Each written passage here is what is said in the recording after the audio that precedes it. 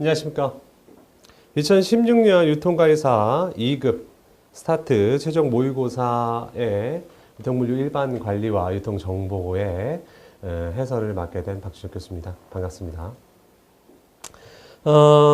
모의고사 집의 해설은 전부를 진행을 하지는 않고요. 출제 빈도가 높거나 부연 설명이 필요하거나 최근 빈출되거나 이런 부분들을 중심으로 해서 한 회차당 한 7, 8문제, 한 3, 40% 정도 많으면 그 정도 문제에 대해서 심화해서 설명을 드리고 지나가는 것으로 해설을 진행하도록 하겠습니다. 나머지 문제들이 중요하지 않다는 게 아니고요. 충분히 최근 경향이나 이런 것들에 맞춰서 문제 편집해서 다시 반영을 한 거기 때문에 나머지 부분들은 해설을 통해서 충분히 숙지하시고 반복하셔서 익숙하게 문제를 빠른 시간 안에 풀 수 있도록 숙달을 해주시고요. 그렇게 진행해 주시면 좋겠습니다. 그럼 오늘 수업 진행해 보도록 하겠습니다. 먼저 유통물류 일반 관리의 1회차 최종 모의고사 첫 번째 문제 봅시다. 자, 3번 문제인데요. 소매업의 최근 추세 하나로 양극화 현상을 들 수 있다. 소매업의 양극화 현상에 대한 설명, 바르지 못한 것을 고르시오라는 문제. 이 양극화라는 게 하이 터치 아니면 하이 테크를 택한다고 하는 거죠, 그죠? 하이 터치는 나중에 다른 구분으로 보게 되면 하이 터치는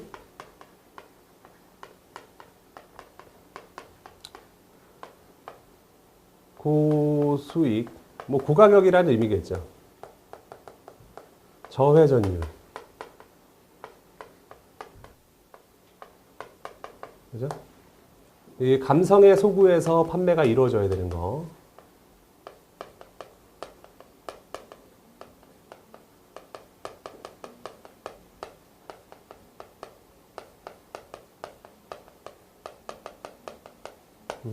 고서비스가 핵심인 거. 그죠? 그래서 이렇게 표현하기도 하고요. 특징적으로는 이제 감성의 소구에서 판매되는 상품. 고서비스, 고가격을 받을 수 있는 핵심 얘기죠. 고서비스. 그리고 이제 중심지 쪽에서 하게 되는 측면들. 그 다음에 하이테크. 얘는 이제 창고형 매장 생각하시면 돼요. 창고형 매장. 저가격, 저서비스, 그죠? 고회전율. 이렇게 매칭해서 보게 되면 저수익이고 고회전율인 상품, 그죠? 그러니까 요걸 택하거나 하이테크를 택하거나 하이터치를 택하게 된다. 정답은 몇 번이었어요? 정답은 3번. 카테고리 킬러는 품목 구성이나 품목의 전문성으로 보게 되면 전문점에 가까운 특징. 보통 전문점이 이 하이터치 쪽에 해당하는 것인데 얘는 구색이나 구성 자체만 전문점적인 특징을 갖고 있고요. 실질적으로는 이제 창고형, 선반에 놓고 셀프로 가져가는 그리고 점원이 붙지 않는 저서비스 형태의 하이터치가 아니라 이게 아니라 하이테크형 업태로 시험 문제에 빈출되는 측면들이라는 거 잘 기억을 해두시고요. 이 해당 3번 문제의 그 해설 중에서 조금 잘못된 부분이 있어서 정정을 하면 설명 중에 이제 토이저러스는 카테고리 킬러, 토이저러스는 카테고리 킬러의 하나예요. 그래서 얘는 하이테크라고 설명이 됐었어야 돼요. 갭이랑 같이 설명됐었어야 돼요. 갭이랑 같이 뭉뚱그려져서 설명이 됐는데 토이저러스는 카테고리 킬러 중에 하나니까 토이저러스도 하이테크형 산업이에요. 설명 조금 잘못된 부분 조정하시길 바라고요.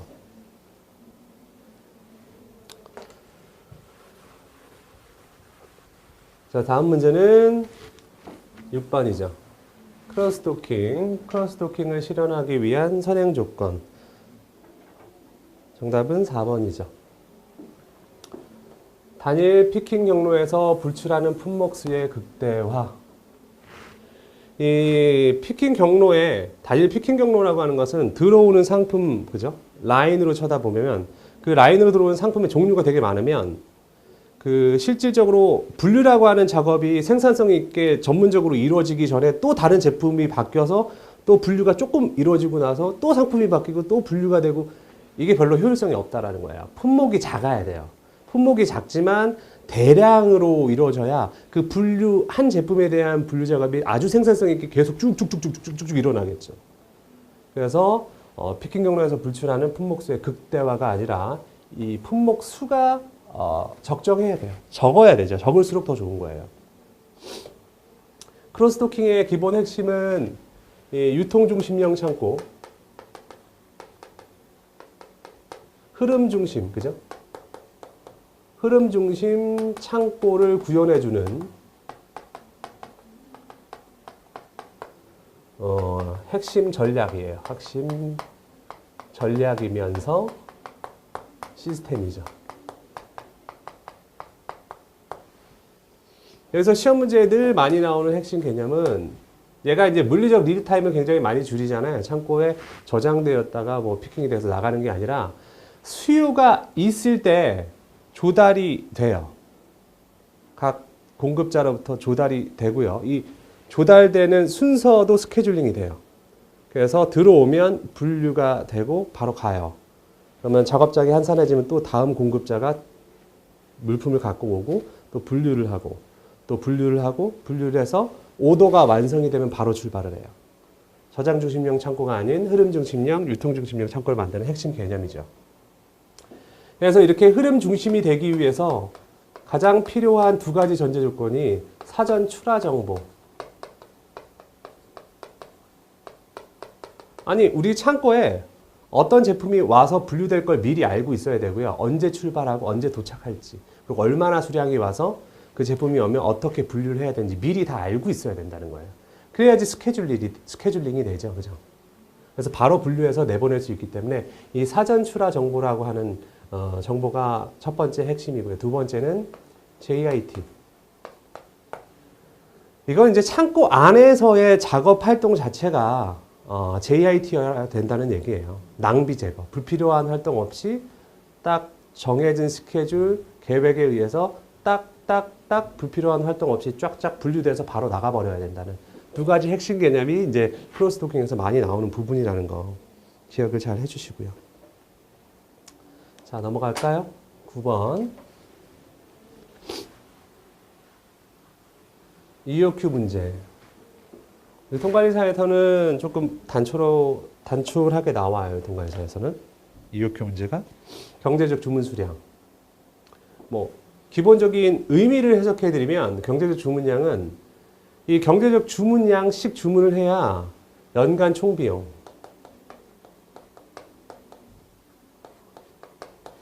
이게 연간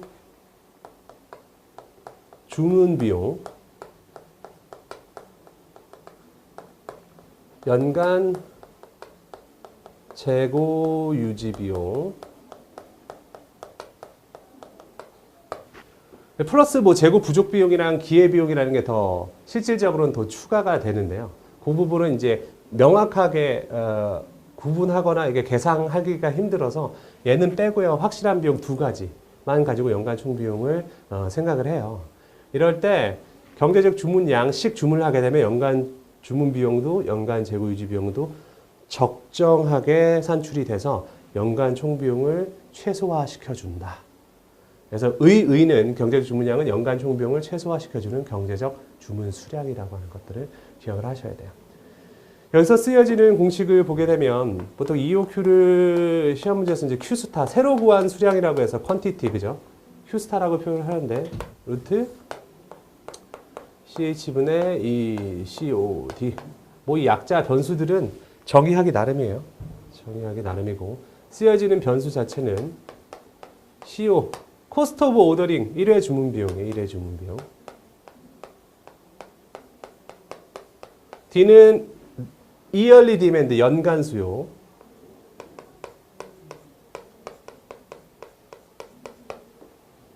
캐링 앤 홀딩 코스트, 얘는 연간 단위당 이 단위를 1년 동안 계속 자리를 차지하고 있다고 가정했을 때 들어가는 소요비용, 연간 단위당 재고유지비용.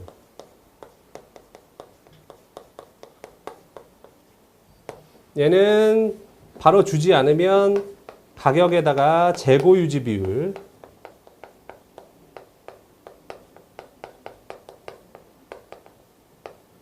가격이나 원가의 재고유지 비율이라고 하는 팩터를 줘서 EOQ를 구하게끔 보통 시험 문제에 나와요. 그러니까 단순히 EOQ를 구하기 위한 요소들이 뭐냐? 하나, 둘, 셋, 넷 이런 식의 그런 것들이 나오고요. 지금 출제된 문제는 좀 고도화된 문제죠. 공식이 다음과 같이 이루어져 있을 때 변수의 값이 변해요. 변수의 값이 증감할 때에 EOQ가 어떻게 변하는지. 그래서 보면 연간 수요량이 40%가 증가를 한대요. 이게 D가 연간 수요잖아요. 그죠? 여기에 이제 연간 수요가 40% 늘었다는 것을 표시를 해야 되는데 곱하기 기본 지금이 1이에요. 100%. 40% 늘었대요. 0.4로 표현하죠. 40%를. 이게 40% 증가했다는 뜻이에요. 그리고 두 번째, 재고유지 비용이 단위당 재고유지 비용이 30% 감소했대요. 이쪽이죠. 그걸 어떻게 표현하느냐? 지금이 1이죠. 100%. 30% 감소했대요. 마이너스 0.3 이렇게 되죠. 그러면 요걸 그대로 두고요. 앞에 있었던 원래 EOQ 공식을 그대로 두고 옆에 곱해진 부분만 따로 빼보면 루트 안에 있는 것들은 곱하기나 나누기로 이루어졌을 때는 쪼갤 수가 있어요. 그대로. 쪼갤 수도 있고 합할 수도 있고요. 그러니까 요거를 바꿔보면 루트 CH분의 ECOD 기존의 EOQ 수량이죠. 그죠? 곱하기 0.7분의 1.4 이렇게 약분되죠. 그죠? 그러니까 이게 뭐가 돼요? 루트 2.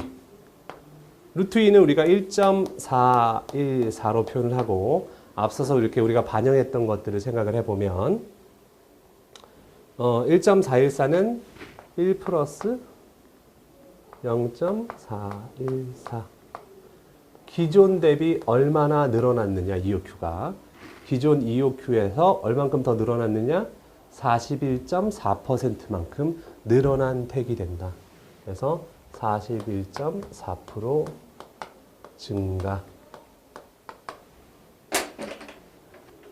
기존의 EOQ 수량 대비 1.414만큼 더 늘어난 택. 41.4% 증가한 것으로 해석할 수 있습니다. 그래서 시험 문제에서 이런 팩터들에 대한 설명이 나오게 되면 주어진 이 공식을 기억을 못하면 뭐 말짱 끝이겠죠. 그죠? 일단 공식을 기억을 하시고 여기에 어떻게 반영할 것이냐. 늘어났다고 얘기하면 곱하기 1 플러스 그 비율만큼. 그 다음에 줄어들었다고 얘기하면 곱하기 1 마이너스 줄어진 양만큼의 비율을 사용을 하시면 이 문제는 쉽게 암산해서 풀 수 있게끔 출제가 됩니다. 자, 봅시다. 다음.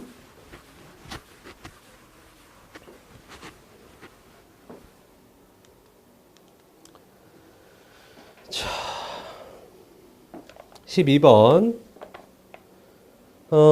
사고자 하는 상품을 구입하기 위해서 사고 싶지 않은 상품까지도 소매업체가 구입하도록 하는 공급업체와 소매업체 간에 맺는 협정을 뭐라고 하느냐. 정답은 구속적 계약인데 너무나도 단순한 문제를 왜 설명을 하려 드느냐. 최근 추세가 요걸 돌아가면서 설명하는 문제가 나왔기 때문에 요걸 좀 강조해서 여러분들이 개별 내용에 대해서 기억을 해주셨으면 해서 설명을 드리는 거예요. 얘는 원하는 제품을 받으려면 잘 팔리지 않는 상품까지 구매를 해야 목표하는 제품도 구매할 수 있도록 하는 그런 윤리적 문제가 있는 형태고요. 역매입이라고 하는 부분은 뭐예요? 역매입.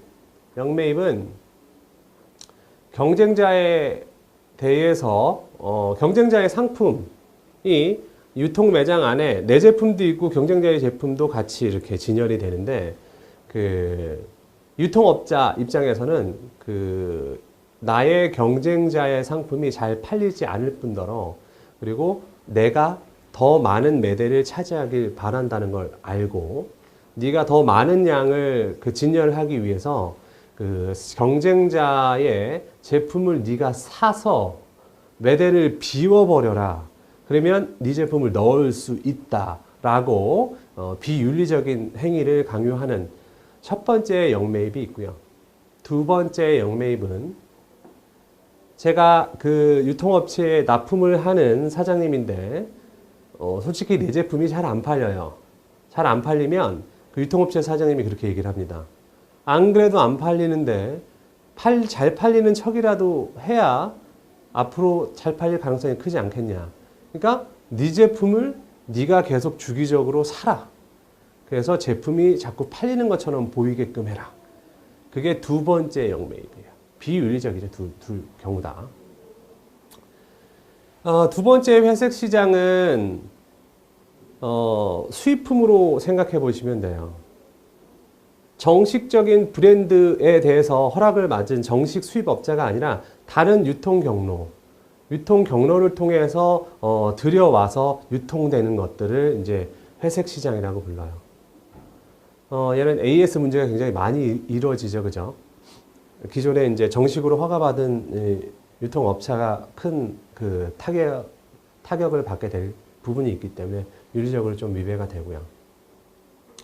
역청구라고 하는 부분은 그 보통은 제조업자, 공급업자로부터 유통업체가 물건을 돈을 주고 사갖고 오면 못 판 것에 대해서는 유통업자가 그냥 책임이잖아요. 근데 그 책임을 안 지려는 거예요. 그러니까 못 판 것에 대해서 만약에 80원 주고 사왔으면 80원 그대로 반품해달라고 환불해달라고 하기는 그러니까 조금 더 깎아서 환불을 요구를 해요. 유통업자가 힘이 세니까. 그게 첫 번째 역청구예요. 역청구. 혹은 유통업자의 뭐 전산상이나 서류상이나 뭐 절차상의 오류를 그 꼬투리를 잡아가지고 깎아요. 그만큼 대금에서 공제해 나가는 것을 이제 또 역청구라고 얘기를 하고요. 네 번째는 독점거래협정이라고 얘기를 해서 나와 우리 라인에 있는 도매나 소매를 통하지 않고는 통하는 그 제품 빼놓고는 다른 거래업체와는 거래를 못하도록 독점적인 거래협정을 맺어버려요. 계약으로 묶어버려요. 그러니까 뭐 이것도 굉장히 비윤리적인 중간상 입장에서 어떤 강권력이나 힘을 가지고 계약 자체를 올감해버리는, 그죠? 다른 경우의 수를 못 가지게끔 하는 그런 비윤리적인 행동 중에 하나라고 볼 수 있어요. 순차적으로 출제가 되고 있기 때문에 개별 내용들에 대해서는 꼭 심히 기억을 잘 해주시길 바랍니다. 다음 이제 13번 문제. 갭 분석은 제로 베이스 경로와 실제 경로 사이에 존재하는 갭이 무엇인가를 파악하고 발생 원인을 찾아 적절한 조치를 취하여 실제 경로가 보다 더 고객 욕구에 부합하도록 조정하는 활동이다. 다음 중 수요 갭에 대한 해결 방안으로 적절치 않은 것은 정답은 5번이었죠. 그죠? 5번. 비용 절감을 위한 새로운 유통기술에 투자를 한다.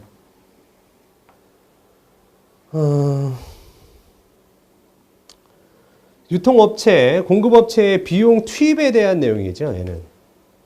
공급 측면에 있어서의 수요 갭에 대한 내용이 아니라 공급업체의 비용 투입에 대한 공급 측면의 해결 방안에 대한 내용이고요. 나머지를 잘 살펴보면 얘는 공급자 입장이고요. 나머지는 어때요? 시장이 원하는, 이거 고객이란 뜻이에요. 두 번째는 표적 시장에 제공하고 있는 서비스 수준을 높이거나, 이것도 시장이라는 게, 유통관리사에서는 시장이라는 게 특성이 비슷한 고객들의 집단, 선호도가 비슷한 고객들의 집단이라고 했죠. 얘도 고객 포커스예요. 표적 시장, 변경한다. 이것도 고객 포커스예요. 고객 포커스고. 그 다음에 데이터 축적, 시장 변화나 고객 욕구의 변화. 이것도 고객 포커스잖아. 이게 이제 수요 측면의 갭을 실제로 니즈 하는 것과 제공되는 것들의 갭과 관련해서는 이 수요 측면, 고객 측면에서 이루어지는 게 1, 2, 3, 4번이고요. 비용 절감을 위한 새로운 유통기술에 투자한다. 이거는 공급자 측면의 갭이죠. 그죠? 공급자 측면. 자기가 생각하는 것과 실제 시장에서의 요구되는 것들을 줄이기 위한 공급자의 갭. 공급자가 생각하는 것과 실제와의 차이. 이거는 공급자 갭에 속하죠. 그래서 카테고리 구분해 보면 어떻게 보면 쉽게 풀 수도 있는 문제.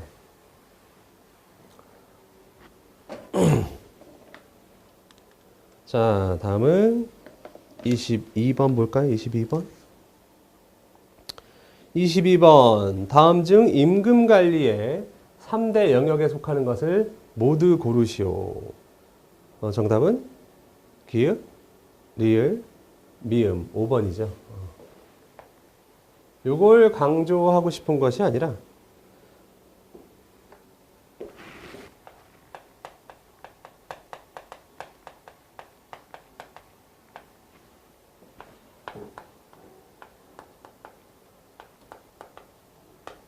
그다음에 적정성. 그죠?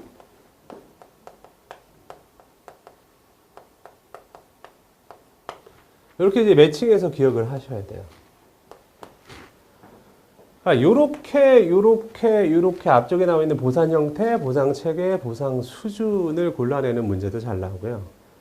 합리성, 공정성, 적정성이 임금 관리에 필요한 그 평가 팩터다라는 측면에서도 문제가 많이 나오기 때문에 강조하고 싶은 부분은 보상 형태라고 하는 것이 그 임금의 합리성을 주고요. 보상 체계라고 하는 것이 공정성, 누가 임금을 받는 사람들 입장에서 공정하다고 느끼는 팩터가 되고, 보상 수준은 사회 전반적인 분위기나 뭐 기업 자체에서 줄 수 있는 여력이나 이런 것들 생각해서 적정성이 고려된 그런 것들이다라고 해서 이걸 매칭해서 외워주시면 주십사. 최근에는 이게 나오는 빈도가 높기 때문에 한 번 더 강조를 하고 넘어가고 싶었습니다.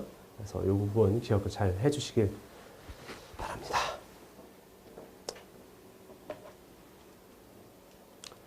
자, 23번. 다음 중 파생 상품의 위험 관리에 대한 설명으로 잘못된 것은? 정답은 5번이죠. 5번. 매도 해증은 선물을 보유하고 있는 투자자가 현물 시장에서 현물을 매도함으로써 기초자산의 가격 변동 위험을 제거한다라고 얘기했는데, 현물을 매도하는 게 아니에요. 현물을 매도하는 게 아니라 일정 시점에 미래의 일정 시점에 일정 조건으로 매도할 계약을 맺어두는 거예요. 그래서 미래에 예상되는 안 좋은 조건이 됐다면 그걸 예측하고 그 계약 조건을 픽스 지어 놓은 거거든요. 됐을 경우에는 이 계약을 맺은 누군가가 있을 거예요. 내가 제시한 이 계약에 대해서 익스큐즈를 하고 계약을 맺었던 사람이 계약금을 걸어놨기 때문에 안 좋은 상황이 됐을 경우 그 사람이 파기를 하겠죠. 그 다음에 대신에 이제 계약금을 날릴 거예요. 그 사람이. 대신에 나 같은 경우에는 안 좋은 상황이 됐지만 이 계약을 미리 맺어줌으로써 계약금만큼은 얘한테 미리 받아뒀기 때문에 그 손실만큼을 보존할 수가 있어요. 그게 이제 매도 해증이라고 불러요. 지금은 좋은데 미래에 팔 수 있는 어떤 시점이 됐을 때 안 좋아질 것을 고려를 해서 그 계약 조건이라든지 뭐 이자율이라든지 뭐 이런 것들, 가격 조건 같은 것들을 만들어서 그 시점에 이거대로 살 사람을 구하는 거죠. 그래서 미리 현재에 미래에 있을 일에 대한 계약을 맺어주는 거예요. 산다고 했던 사람도 그때 가서 포기를 할 수가 있어요. 사는 사람 입장에서 미래의 불확실성을 어느 정도 보상할 수 있는, 뭉갤 수 있는 게 매도 해증이죠. 그러니까 현물을 매도하는 게 아니에요. 그 팔 수 있는 그 권리 자체, 그죠? 그 조건에 팔 수 있는 권리 자체를 매도하는 거예요. 아셨죠?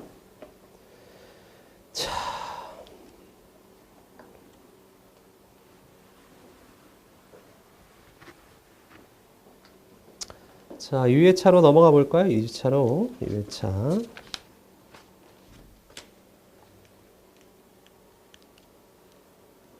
2회 최종 모의고사를 살펴보시면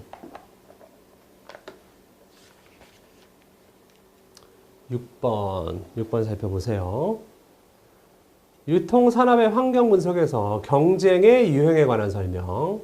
가장 올바른 것은 무엇인가? 정답은 5번이니까 5번을 볼 필요는 없을 것 같고 나머지 것들이 왜 틀렸는지 살펴보는 게 좋겠죠. 최근 문제 경향은 자꾸 맞는 걸 찾아요. 그러니까 개별 보기들의 틀린 것들을 다 세세하게 알아야 되겠죠. 그러니까 과거에 이제 대충 이제 맞는 거 위주로 했던 게 잘 안 통한다는 얘기예요. 많이 질문하시고 깊게 생각을 해보셔야 돼요.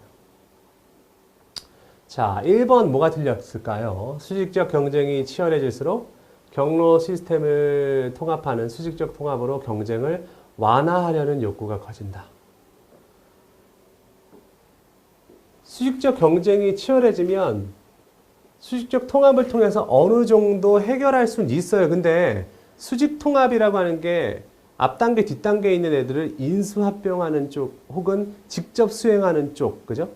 에 속하는데 이게 보통은 비싸요. 직접 내부화 비용, 직접 수행하는 내부화 비용이 남을 통해서 구매하는 거래 비용보다 비싸단 말이에요. 그 비싼 인수합병이라든지 내부화 비용 자체가 있는데 뭐 이걸 통합해서 경쟁을 완화하려고 쉽게 생각하겠어요? 1번은 비약이 있어서 틀린 거고요. 업텐 내 경쟁이 치열해지는 이유 중에 하나는 스크램블드 머천다이징이 확산되고 있기 때문이라는 견해도 있다. 스크램블드 머천다이징이라고 하는 것은 그 아침에 그 뭐 야채랑 계란 이렇게 으깨가지고 그죠? 프라이팬에서 으깨갖고 뭉쳐버리는 거잖아요. 그죠? 여러 가지를. 그러니까 기존에 팔던 거 이외에 다른 것들도 막 섞어서 막 팔아요. 생존하기 위해서. 이거는 업태 내가 아니라 업태 간 경쟁이에요. 업태 간. 어떤 식으로 구색을 어떻게 갖춰서 어떤 서비스를 어떤 회전율 방식으로 고객을 응대하느냐. 그게 업태잖아요. 그죠? 그래서 이 스크램블드 머천다이징이라고 하는 전략의 확산으로 인해서 업태 간 경쟁이 치열해지는 거예요. 업태 내라고 해서 틀렸던 부분이고요. 그 다음에 3번에 동일한 유통 경로 수준에 있는 유사한 경로 구성원 간의 경쟁을 수평적 경쟁 또는 업태 간 경쟁이라고 한다라고 하는데 업태 간이 아니라 업태 내죠. 업태 내. 다른 제품을 파는 수직적 유통 경로가 있으면 이렇게 있으면 뭐 제조자라고 하면 제품이 다르겠죠. 요렇게 경쟁하는 걸 이제 수평적 경쟁이라고 얘기를 하는데 얘는 같은 수준에 있는 거기 때문에 업태 간 경쟁이라고 하지 않고 요렇게는 업태 내가 되죠. 업태 내 경쟁이라고 표현합니다. 그 다음에 동일한 경로 수준에 위치하고 있으나 서로 다른 형태의 기업들 간의 경쟁을 업태 내 경쟁이라고 하지 않고 업태 간 경쟁이라고 얘기를 하죠. 업태 간 경쟁. 또 업태 간. 2번, 3번, 4번은 내와 간으로 바꿔서 집어넣어 놓고 틀리게끔 한 부분이에요. 8번 봅시다.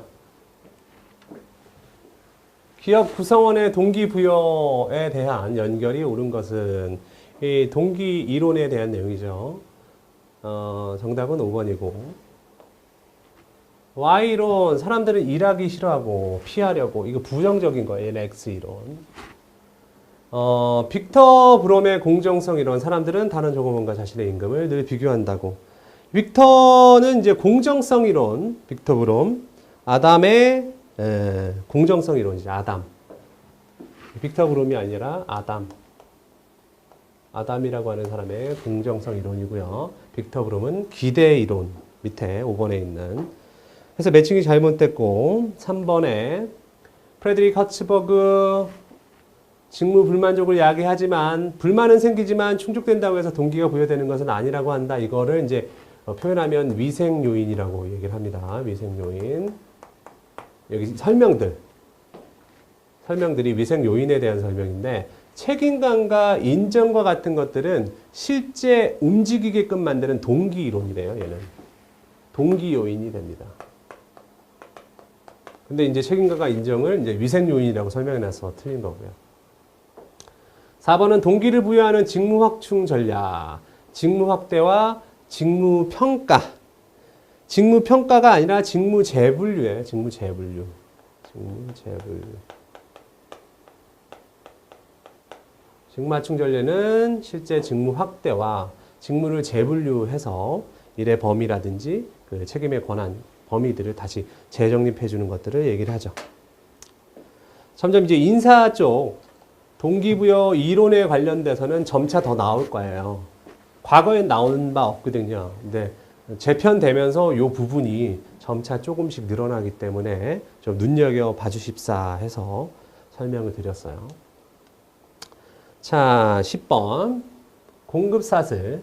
최종 소비자로부터 멀어져 상류로 갈수록 정보가 지연되거나 왜곡된다. 결국 왜곡이 생기는 거예요. 수요와 재고의 불안정이 확대되는 불확실성이에요. 왜곡과 불확실성. 이런 것들이 이제 계속 확대되는 것을 이제 채찍 효과라고 하는데, 다음 중 채찍 효과를 감소시키거나 영향력을 제거하기 위한 방법으로 적절하지 않은 것은? 정답은 5번이에요. 5번. 잦은 소량 주문보다는 적정 주문량이 될 때까지 주문을 모아서 일괄 처리. 얘가 채찍 효과 발생 원인 중에 하나죠. 일괄 처리. 그 다음에 모아서 하는 배치 주문.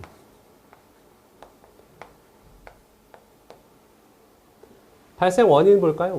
원인. 첫 번째. 전통적 수요 예측이라고 얘기를 하기도 하고요. 개별적 수요 예측.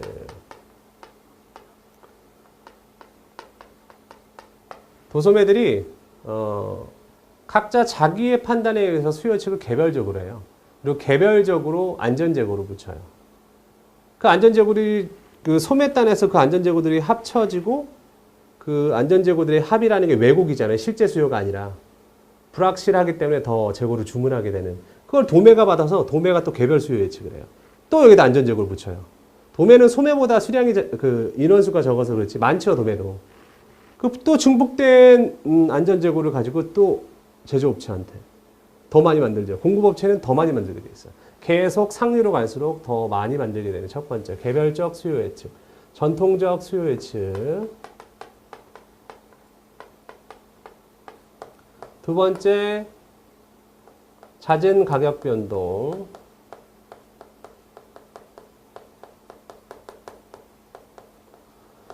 자꾸 세일을 해요. 자꾸 세일을 하고 자꾸 판촉 활동을 하게 되면 물론 이런 판촉 활동을 하게 되면 가격을 인하하거나 이런 세일 같은 걸 하게 되면 늘어날 거예요. 수요가 늘어나는데 얼마나 더 늘어날지를 몰라요. 그러니까 더 많이 만들어 놓을 수밖에 없어요. 잦은 가격 변동. 세 번째 뭐가 있을까요? 일괄 대량 그죠? 주문. 그다음에 배치 주문.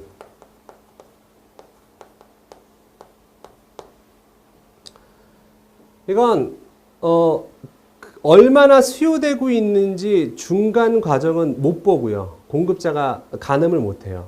그냥 일정 시간 동안 팔려서 주문하는 양이 갑자기 전달되는 거예요. 갑자기 주문이 들어와 버리면 이 갑자기 모여진 총량 자체 일정 기간 동안 아무 내색도 없다가 모여진 수요량을 굉장히 많은 소매들과 굉장히 많은 도매들이 갑자기 주문을 하게 되면 이 정확히 수요를 예측하기가 쉽지 않아요. 그거는 갑자기 모아서 주문을 준다라는 측면들, 배치 주문 이런 것들. 나중에 이런 것들이 뭐 SCM에서는 협업이라는 걸 통해서 소매단의 포스 정보를 공급자 쪽으로 공유를 하게 되면 실시간으로 수요가 진짜 정보가 이제 공유됨으로써 해결이 되죠. 네 번째, 긴 리드 타임.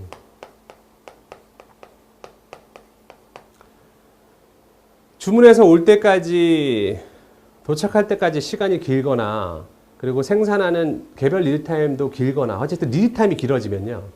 이 기간 동안의 수요가 어떻게 변할지를 잘 몰라요.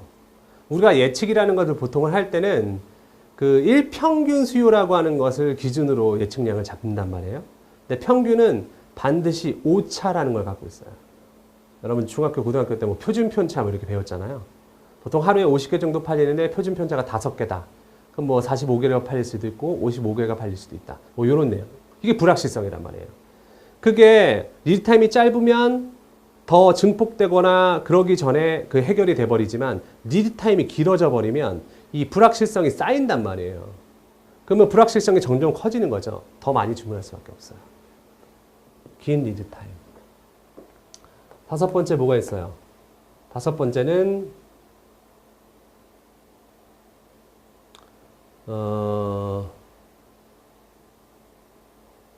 과잉 주문.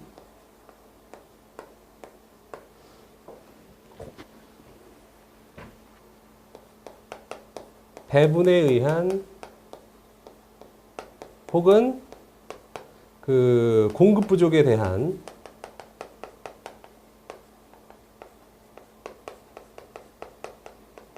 과잉 주문이라는 게 있어요.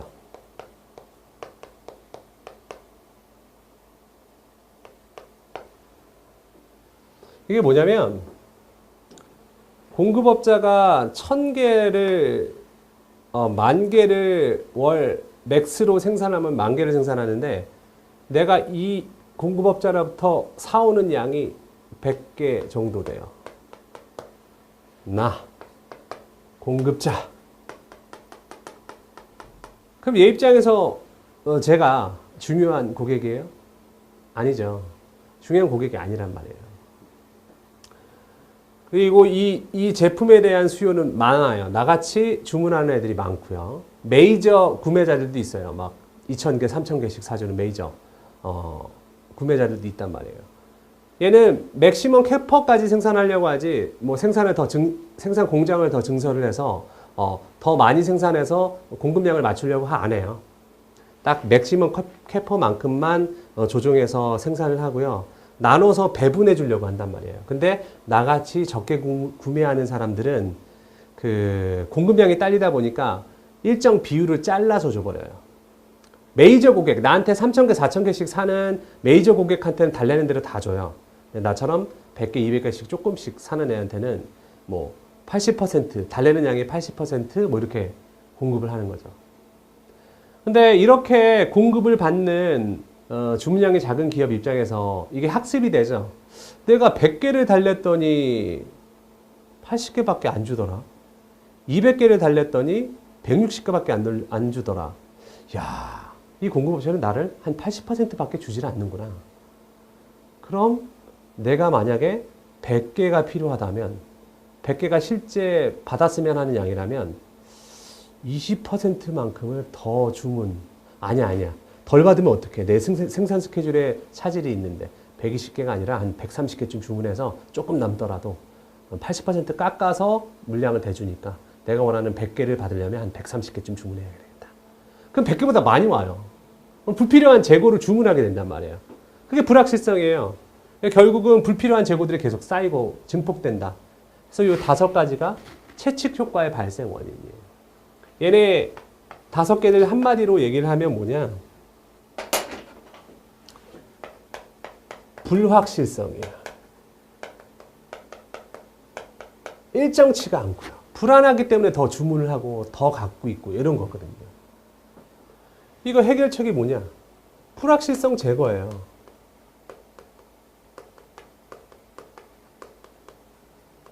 한마디로 해결책을 얘기를 하라면 개별적 수요 예측이 아니라 통합 수요 예측.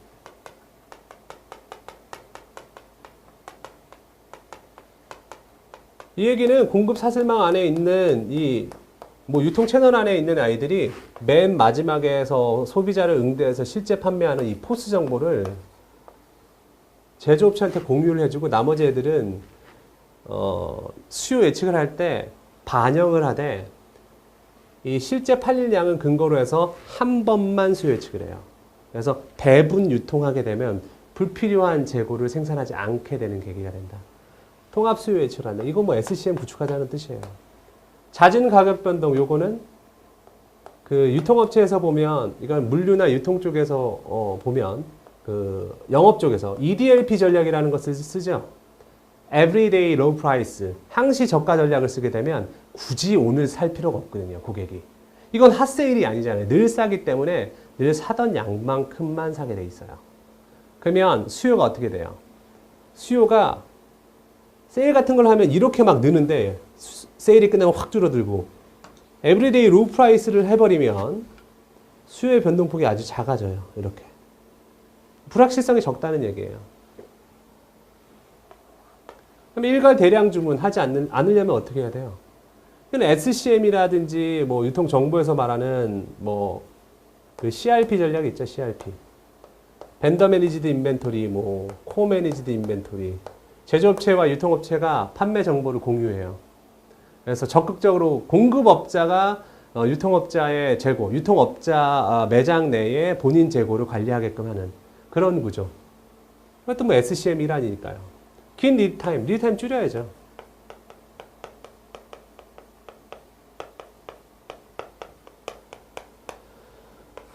여기 이제 정보 리드타임과 같은 경우는 유통정보 시스템 쓰든지 SCM을 쓰든지, 그죠? 그 다음에 물리적 리드타임. 물리적 리드타임은 뭐 크로스 도킹. 창고 내에서 보관되지 않고 수요가 있을 때 있는 만큼만 공급돼서 분류되고 바로 나가는 이런 식으로 리드타임을 줄여준다. 그 다음에 배분에 의한 공급 부족, 뭐 이런 것들은 협업이라든지 SCM의 기본 개념이 그거든요. 협업, 소수의 소수의 공급자, 신뢰성 있는 공급자와 오랫동안 장기 계약을 맺고 협업을 맺어서 그 협업의 증거로 정보를 공유하게 해주는 그런 체제. 그런 것이 이제 채취 효과의 경감 방안이죠. 5번에 있는 적정 주문량이 될 때까지 주문을 모아 중간에 얼마나 빨리 팔리고 많이 팔리는지 몰라요. 그 정보를 반응을 못 한다는 거죠. 시장에 대한. 그러니까 5번이 틀린 것으로 정답이 되겠죠.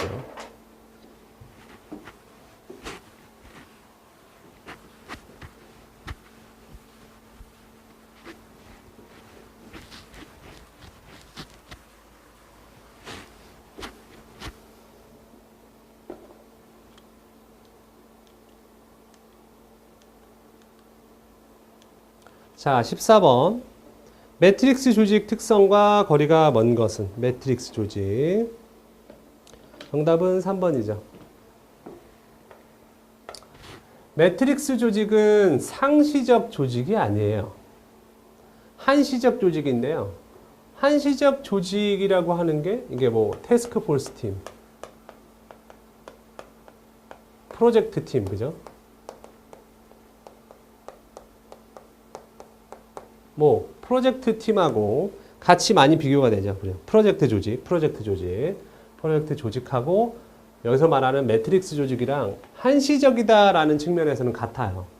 같은데 프로젝트 조직은 다음에 유사한 문제가 생겼을 때 처음에 모였던 그 사람이 다시 안 모일 확률이 존재를 하는 거고요. 많이 존재를 하는 거고, 매트릭스 조직은 본인이 평소 때는 자기 부서에서 일을 하다가 뭐 유통으로 봅시다. 특정 물류 관련된 어떤 문제가 생기면 그 물류팀의 팀원으로 참여를 해서 그 문제를 풀 때까지는 거기 있어요. 문제가 해결이 되면 원래 자기 소속된 부서로 가요. 매트릭스라는 게 이거예요. 이렇게 원부서에서의 내 역할이 있고요. 한시적인 조직, 팀에서도 뭐 팀원으로서의 역할, 가로 세로 두 가지 역할을 갖고 있다. 매트릭스 조직이라고 표현을 합니다. 상시적 조직이 아니라 한시적. 여기서 보면 이제 그 매트릭스 조직은 이 인재 하나의 활용도가 굉장히 높다라는 측면, 놀리지 않겠다라는 측면들이 크죠. 그러니까 굉장히 기술 집약적 그런 산업에서 많이 써먹어요. 그러니까 뭐 우주항공 이런 쪽에서 매트릭스 조직이 먼저 시작했다라고 보고 있고요. 이 매트릭스 조직의 단점은 이쪽에서도 상사가 있죠. 나한테. 이쪽 부서에서도 상사가 있고 이 팀에서도 상사가 있어요. 그러면 어느 라인을 탈지에 대한 그런 갈등이 생겨요. 권력 투쟁 문제도 생기고요. 상사 둘한테서 명령을 받기 때문에 이제 스트레스도 좀 심하다라는 측면들을 갖고 있는 게 매트릭스 조직이에요. 이 프로젝트 조직하고의 단점은 영구적으로 다음 문제가 생겼을 때 또 그 사람이 모이면 매트릭스 조직이고요. 또 안 모일 수도 있으면 프로젝트 조직이에요. 해결하고 사라져버리는 프로젝트 조직하고 구분하는 문제. 자, 16번이죠. 16번.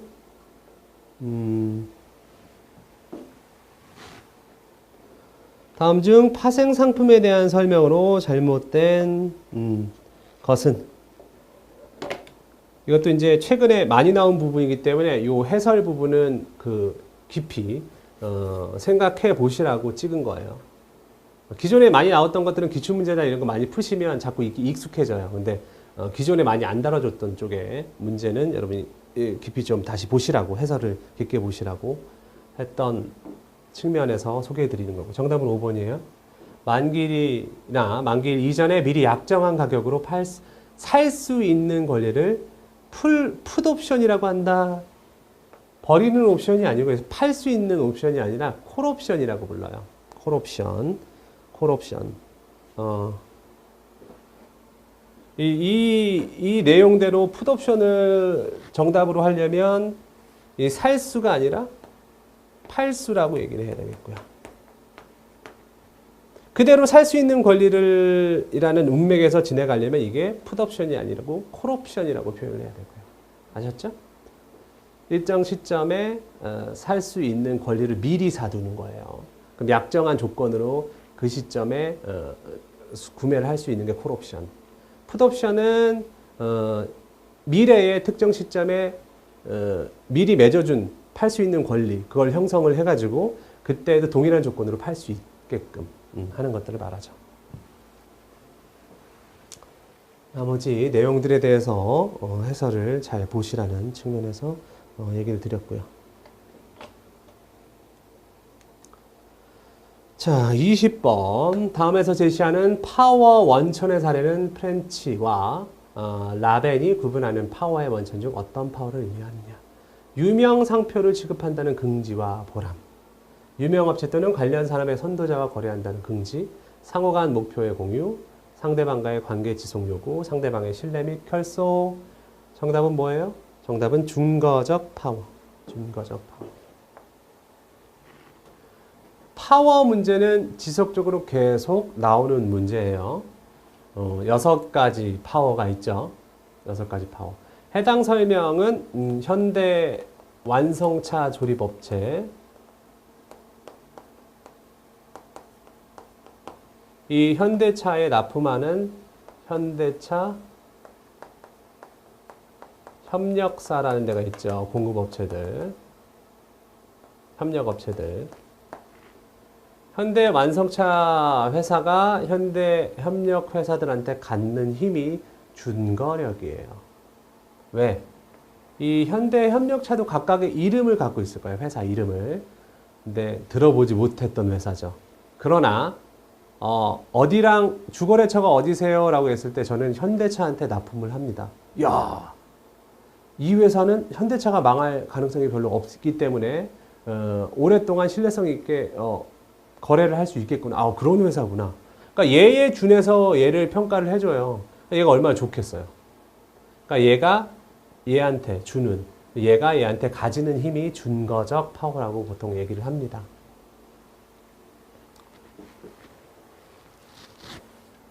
유형적 파워, 무형적 파워 이렇게 나누죠. 여기에서 나오는 부차적인 개념으로 보게 되면. 그래서 일단은 첫 번째는 순서대로 외우시는 게 중요해요. 보상력. 일단 뭘 줘야 돼요. 나와 거래를 할 때에 얻을 수 있는 그런 베니핏, 프라핏을 많이 줌으로써, 되돌려 줌으로써 가지는 힘, 보상력. 두 번째는 줬던 거 뺏는 거죠. 혹은 제약할 수 있는 강권력, 합법력. 계약으로 묶는 거예요. 이게 대표적인 게 이제 프랜차이즈로 설명이 많이 돼요. 얘는 당근과 채찍처럼 바로 효과가 난다고 해서 유형적 파워라고 불러요. 유형적 파워. 그 이외에 4가지가 있죠, 그죠? 준거적 파워, 다음에 전문적 파워, 그 다음에 정보적 파워, 정보력, 뭐 이렇게 얘기하죠. 얘는 신압으로 해요. 스물스물 오랜 기간 동안 같이 관계가 형성되면서 신압으로 인식되는 거예요. 아, 얘는 소중한 존재구나. 나한테 큰 득이 되는구나. 그래서 무형적 파워라고 부르죠. 얘는 즉시성이 있는 대신에 단기적이라는 단점을 갖고 있고요. 얘는 즉시성은 없으나 장기적이라는 단점을 가져요. 앞서 설명한 중거적. 전문적은 전문성을 갖고 있는 네 능력을 내가 갖다 쓸 수 있기 때문에 네가 나한테 가지는 힘, 전문력이라고 하죠. 정보력은 함께 일을 할 때 많은 그 사회 경제적인 그 다음에 사업 환경에 대한 기회와 위협에 대한 정보를 자꾸 줘요. 비슷비슷한 다른 경쟁업체들과 비슷비슷한 어떤 서비스나 이런 것들 제공하는데 정보력이 좋아서 내가 앞으로의 전략 결정이나 의사 결정을 하는데 도움을 되게 많이 주는 쪽에 정보력이라고 얘기를 해요. 요 유형적 파워와 무형적 파워를 구분하는 식의 개념도 잘 가져가 주시면 좋겠다. 자, 다음은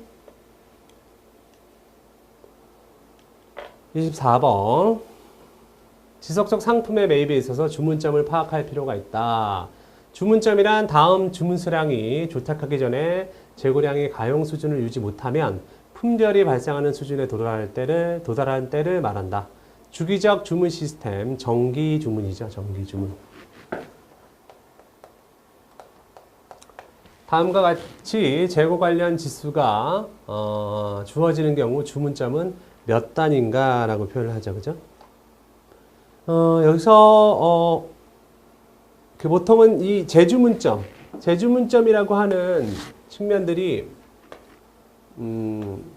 일반적인 ROP는 이렇게 일평균 수요에다가 조달기간을 먼저 합시다.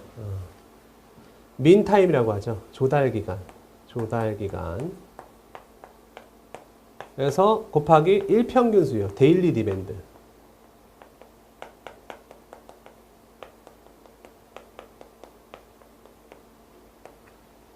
조달되는 기간 동안에, 주문해서 올 때까지의 기간 동안에 보통 어느 정도 팔리니까 그 기간에 팔 만큼은 남겨놓은 상태에서 주문이 들어가야 된다. 그런 의미에서 재주문점이 보통 EOQ에서 많이 사용이 되는데요. EOQ는 이제 정량적 주문 쪽에서 쓰는 일반적인 형태고요.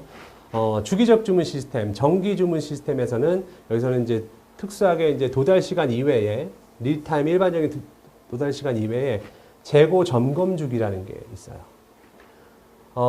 일반적인 이 정량 주문에서는 창고에 몇 개 남아 있는지 수시로 파악을 해요. 수시로 파악을 하기 때문에 변동성이 있으면 바로바로 안단 말이에요. 근데 정기 주문은요, 일정 기간이 되기 전에 창고를 들여다보지 않는다는 장점을 가진 거예요. 그러니까 이 재고 점검 주기 안에 한 번도 재고 검수가 안 이루어진다는 얘기죠. 그러니까 최고로 많은 이변이 속출하게 되면 재고 점검 주기에다가 실제 리드 타임까지도 불확실성 안에다가 집어넣어야 된다는 얘기예요. 그래서 일반적인 조달 기간, 그 정량 주문의 조달 기간에서 뭐가 추가가 되느냐? 이 기간 동안에는 한 번도 검수를 안 하잖아요. 이게 불확실성이에요. 끝에 걸려버리면 7일, 21일이죠. 그 다음에 데일리 디맨드. 데일리 디맨드 얼마예요? 5단위. 안전재고. 이거는 뭐 있으나 없으나 그냥 산입해둬야 되죠. 없는 셈 치고 산입해놔야 되는 게 안전재고죠. 정답은 얼마예요? 합치면 135단위. 지금까지 그 시험 문제에서는 그 정량 주문의 그 일반적인 재주문점만 많이 나왔어요. EOQ. 정량 주문의 고정 주문량이라고 하기도 하죠. 정량 주문 방식의 ROP만 구했는데 이 해당 문제는 정기 주문 시스템에서의 ROP는 다음과 같이 이 재고 점검 주기까지도 감안한다라는 게 핵심이에요. 잠깐 쉬고 와서 이어서 하도록 하겠습니다.